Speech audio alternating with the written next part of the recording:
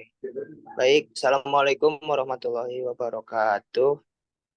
Waalaikumsalam warahmatullahi Waalaikumsalam wabarakatuh. warahmatullahi wabarakatuh. Sebelumnya, perkenalkan nama saya Muhammad Fauzan Anugrah dengan nomor pokok mahasiswa 233403323 selaku moderator yang akan membantu dan menjalankan presentasi kali ini. Selanjutnya, perkenalkan untuk rekan-rekan saya. Perkenalkan, nama saya Sakila Zahra Nuril Kolbi, NPM 23340303019. Selanjutnya, Perkenalkan, nama saya Fatmah Rahayu Putri dengan nomor pokok mahasiswa 233403025. Perkenalkan, nama saya Febriani Aziza dengan NPM 233403043. Perkenalkan, nama saya Silina Ramadhani dengan NPM 233403109. baik. Selanjutnya, terima kasih untuk dosen pengampu kita, Pak Adi Kosasi, SPD MPD, yang telah memberikan kesempatan kepada kelompok kami untuk memaparkan materinya. Untuk materi yang pertama akan disampaikan oleh Saudari Fatma Rahayu. Untuk waktu dan tempat saya persilahkan.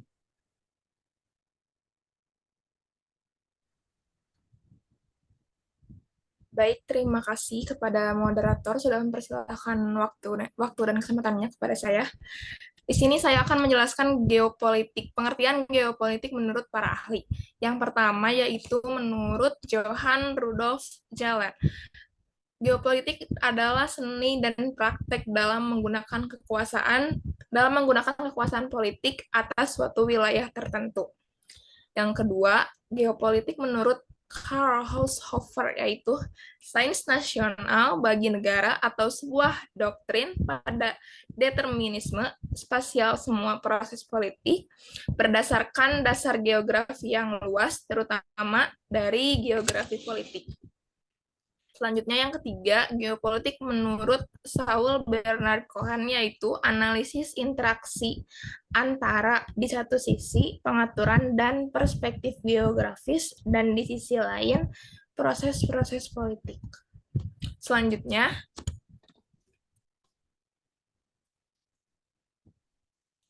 geopolitik adalah bidang studi yang mempelajari hubungan antara geografi dan kebijakan politik. Teori ini mengkaji bagaimana faktor-faktor geografis seperti lokasi, sumber daya alam, dan struktur wilayah memengaruhi dinamika politik dan strategi negara dalam panggung global. Cukup sekian pemaparan materi saya kembalikan ke moderator.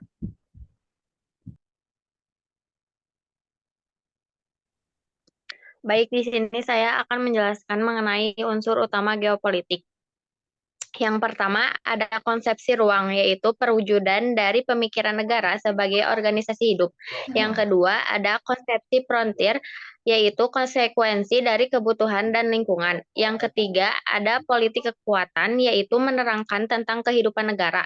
Yang keempat, ada keamanan negara dan bangsa, yaitu yang kemudian melahirkan geostrategi. Terima kasih. Hanya itu saja yang dapat saya paparkan. Saya kembalikan kepada moderator. Baik, terima kasih untuk Saudari Sakila yang sudah memaparkan materinya. Untuk materi selanjutnya akan disampaikan oleh Saudari Silvina. Untuk waktu dan tempat saya persilahkan.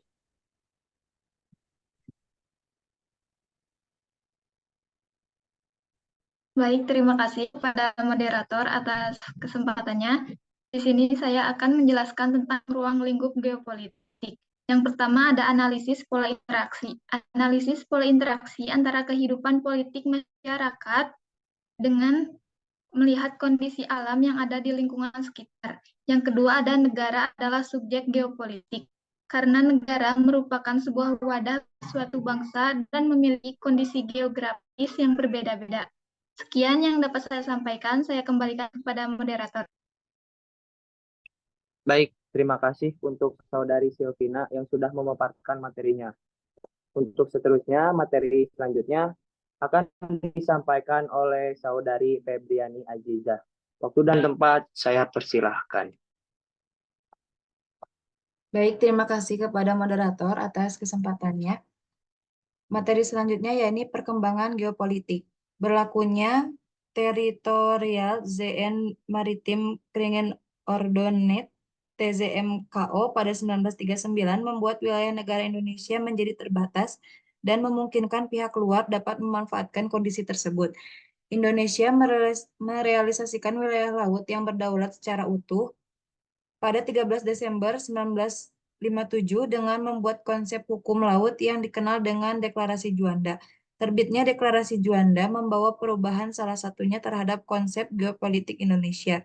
Laut Indonesia menjadi penghubung antar wilayah di negara Indonesia. Geopolitik di Indonesia juga dipengaruhi oleh arus globalisasi yang semakin maju dan perkembangan teknologi. Kondisi demikian mengakibatkan terjadi pergeseran konsep geopolitik di Indonesia demi menjaga keutuhan, kesatuan, dan kedaulatan bangsa dan negara Indonesia. Sekian yang dapat saya sampaikan, saya kembalikan kepada moderator.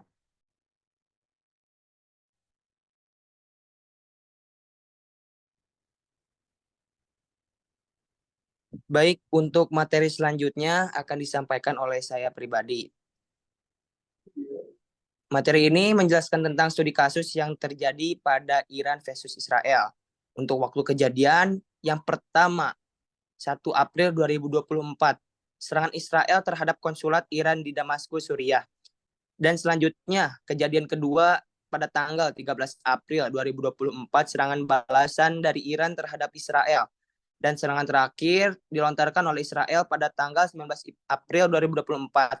Israel meluncurkan rudal ke pangkalan udara dekat kota Isfahan, Iran.